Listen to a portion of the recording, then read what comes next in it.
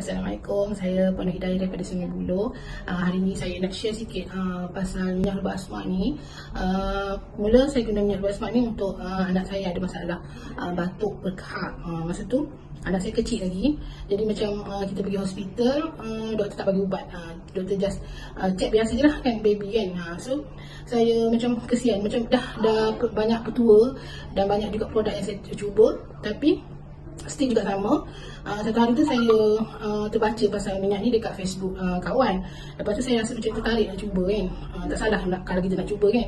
So saya try lah. Saya beli masa tu saya terus beli 30 ml sebab saya baca banyak sangat kelebihan pada minyak ni. So saya fikir masa tu kalau in case tak berkesan untuk anak saya, mungkin boleh guna untuk saya ataupun family saya yang lain. So saya beli yang 30 ml terus sebab saya macam bila tengok minyak ni, first saya tengok pun saya rasa macam tertarik sebab dia macam berbeza dengan produk lain kan. Biasa produk lain berasaskan balm ataupun krim tu kan, tapi ini berasaskan minyak. Jadi kita rasa minyak ni lagi cepat menyerap berbanding dengan krim ataupun balm kan. So saya beli masa tu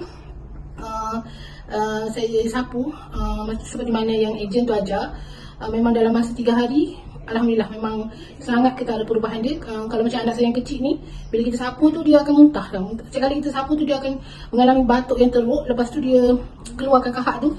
Bila keluar je kahak tu memang lega. Memang kita sebagai seorang ibu rasa macam bila dia dapat lepas dapat keluarkan kahak dia yang banyak tu, memang dia boleh tidur. Kawan saya tu juga suggest minyak ni boleh digunakan sebagai minyak harian. Maknanya boleh guna hari-hari.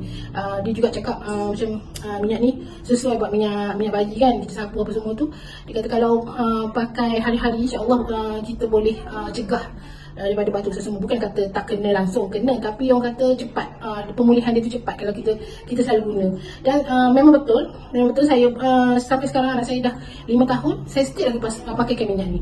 Jadi kepada ibu-ibu di luar sana yang ada masalah seperti anak saya sarankan untuk mencuba minyak ni dulu. Itu saja.